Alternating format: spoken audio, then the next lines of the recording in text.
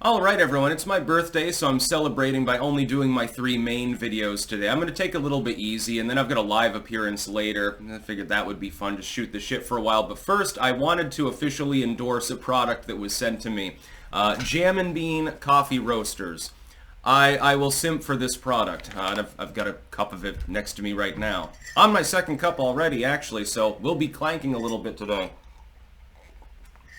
This is the Costa Rica medium roast. And with most coffees, I add milk to them. Deacidify them a little bit.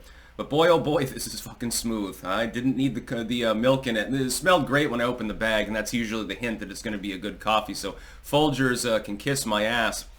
Anyway, I wanted to start off today talking about Sports Illustrated. Of course, their magazine has effectively collapsed.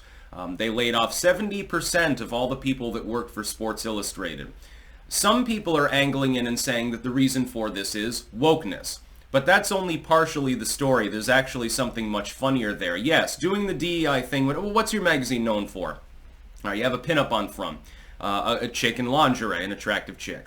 And then you devolve into putting people who are diverse in their gender identity on the cover. Or you put Lizzo on the cover or something like that. And then your sports column is the top 10 reasons why football is racist or rooted in colonialism or something like that. I don't think that they quite understood their marketing demographic. So the wokeness is part of it. The other part, though, is that people simply don't want newsprint, they don't want magazines, etc. Like I can remember as a kid, this is back in the 90s, magazines everywhere, everyone subscribed to newspapers, they're ubiquitous, everybody uses them. Very few people still get their newspaper delivery. There are some people that get like a local or a regional newspaper, but they're not exactly flying off the shelves. It used to be the news rack in the store, lined with magazine after magazine, newspaper after newspaper, and they would, for the most part, they sold very well. I remember back in the days of Mad Magazine. It's like when I used to travel to Rutland, for example. Because my family would shop there and visit my grandfather. This is back in the 90s, 2000s, before we moved to Rutland. We were living in Woodstock. There's not a whole lot going on there. Even at Gillingham's, of course, there were a lot of newspapers available. Probably like one available now. And they had an entire aisle at the store, which was nothing but magazines and papers and things like that. Well, that shrunk considerably. Now, it's no longer a full aisle. It's like a quarter of an aisle. People simply don't want newsprint and magazines, and that's the other side of the story, even if it's not woke. It's just that the medium by which the information is delivered has become outdated in the era of the internet. People are too busy spouting their own opinions online to want to read the opinions of some columnist. And so it's only partially due to wokeness, although again, admittedly, that is a part. It's like, hey, the magazine used to, at the very least, you had some bikini babes in the magazine before, but now, again, it's Lizzo and somebody who was born with a Y chromosome. Again, the marketing demographic didn't respond too well to this, now did they? I remember the collapse of Mad Magazine. Speaking about magazines.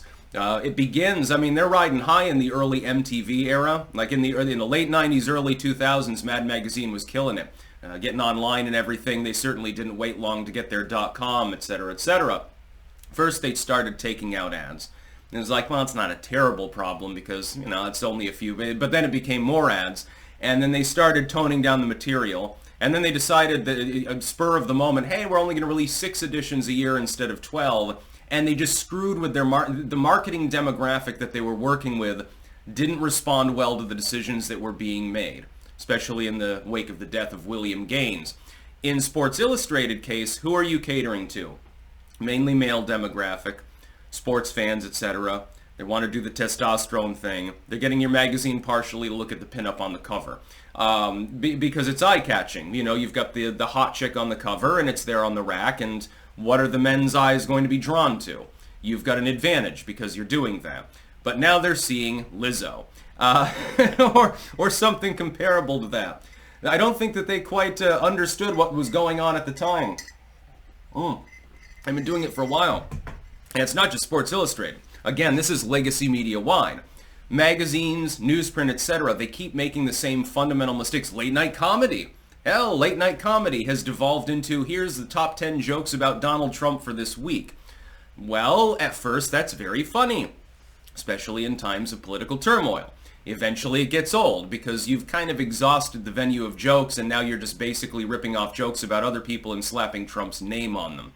Marketing demographic did not respond kindly to this. 70% of their entire workforce unexpectedly laid off with little explanation. Well, you get your back pay. Bye! Now, where are they supposed to work for? Let's say I kind of feel sorry for some of the people there because, not all of them are woke or even agree with, what the company's doing branding-wise. So, I sympathize with you.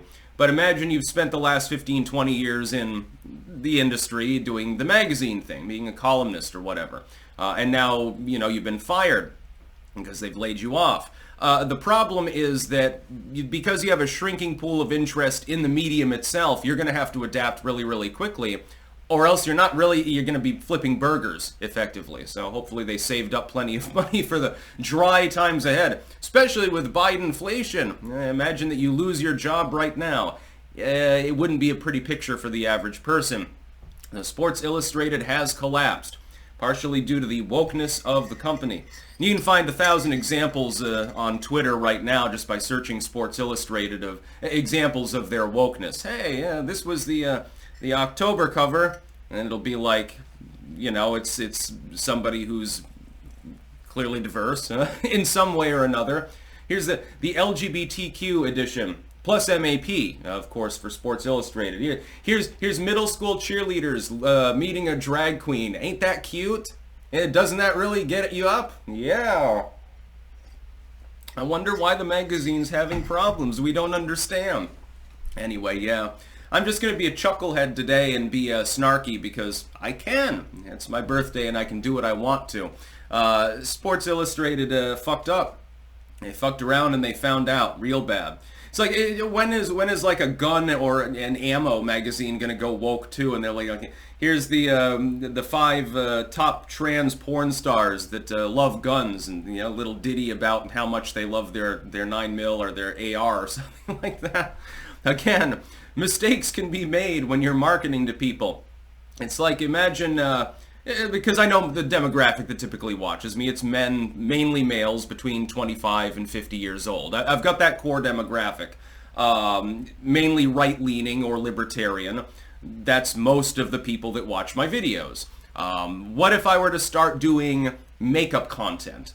Or ASMR or something like that? I don't think that I would last very long as a content creator. See, I'm intelligent enough to avoid that. Not that I'm interested in makeup particularly. Sometimes I'll goth it up, but not usually. But if I were to make a makeup channel or something like that, here's the pretty princess. Here's Stick, Sex, and Amber's furry series or something. Like, what the fuck? You've got to know who you're catering to, unless you want to do a complete 180 in your career. It always surprises me when corporate entities they've got advisors and accountants and lawyers and shit. They've got a lot of money and potentially large audiences. And then they just fuck themselves backwards and sideways somehow at the same time, filling every hole with stupidity, and they hemorrhage money. And it's like, you're trying to get a DEI investment for Sports Illustrated? I don't think that's going to offset a 70% loss. That's about all. Peace out.